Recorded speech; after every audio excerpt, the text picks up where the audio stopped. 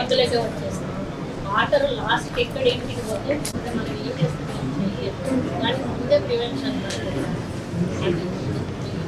Toilets ఒకటి కూడా మనం అందులోకి ఇంటికి సర్వే చేసి ఎక్కడ ఎవరికి సుబర్లోకి వెళ్ళి ఎక్కడైతే కాలనీ పూల ఇట్లా ఉండి ఇదంతా ఆగిపోయి ఇంకా మ్యామ్ ఇది కొన్ని లీటర్ చార్జెస్ కూడా పెట్టున్నాము. కొంతమంది ఇది ఇల్లీగల్ కొన్ని లీటర్ చార్జెస్ కూడా పెట్టున్నాం. నెక్స్ట్ ఇది డిస్ట్రిక్ట్ సైడ్ నుంచి ఇది బ్రీఫ్ చేయండి. Preparedness for monsoon flood range.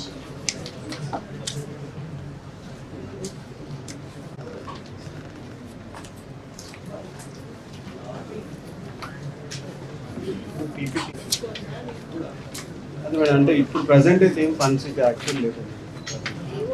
తెచ్చుకోవచ్చు మేడం యాక్చువల్ మేడం ఎప్పుడు కూడా ఈ లాస్ట్ 2-3 years నుంచి ఇరిగేషన్ ఇన్వాల్వ్ చేశారు madam.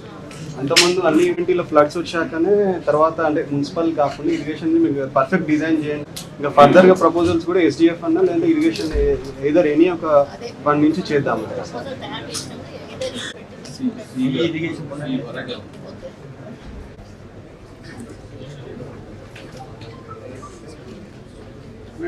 First main issue madam మనకి మేజర్ 2 ట్యాంక్స్ ఉన్నాయి. అవుట్స్కర్ట్స్ పడ్డ వర్షం అంతా క్యాచ్మెంట్ ఏరియా అంతా ఫుల్ సిటీ బయటకు వెళ్తుంది.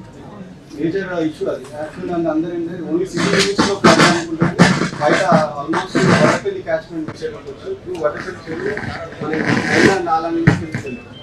అయితే వడపల్లి చెరువు కూడా ఒక అవుట్లెట్ రెగ్యులేటర్ అనేది ప్రపోజ్ చేశాను.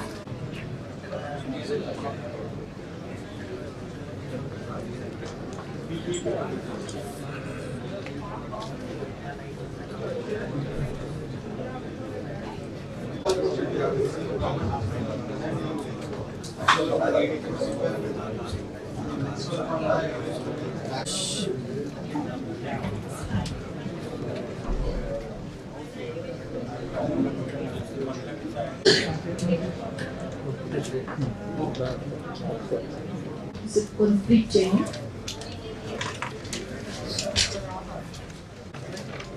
గౌరవనీయ మంత్రి గారికి మరియు అధికారులకు జిల్లా డిపార్ట్మెంట్ పేరు disaster response and fire services. So మేము ఎల్లవేళలా నా దగ్గర థ్యాంక్ యూ మేడం.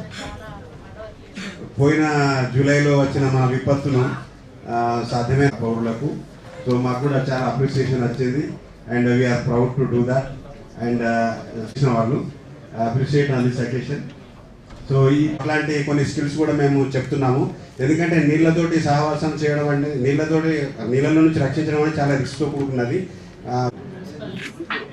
కమిషనర్కి అదేవిధంగా అడిషనల్ కలెక్టర్ గారు, మన ఎమ్మెల్యే గారు, మేయర్ గారు, మరి వచ్చినటువంటి అధికారులందరికీ, పత్రికా సోదరులందరికీ అందరికీ నా హృదయపూర్వక నమస్కారం.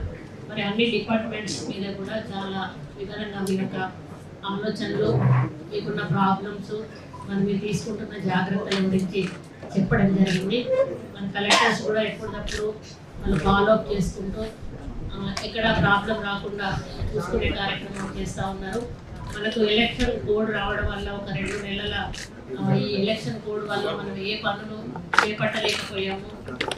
ఫౌండేషన్ చేయడం కానీ, పనులు స్టార్ట్ చేయడం కానీ, దానివల్ల అనుకున్న సమయంలో వర్షాకాలం అంటే కొన్ని పనులు చేయలేకపోయాము.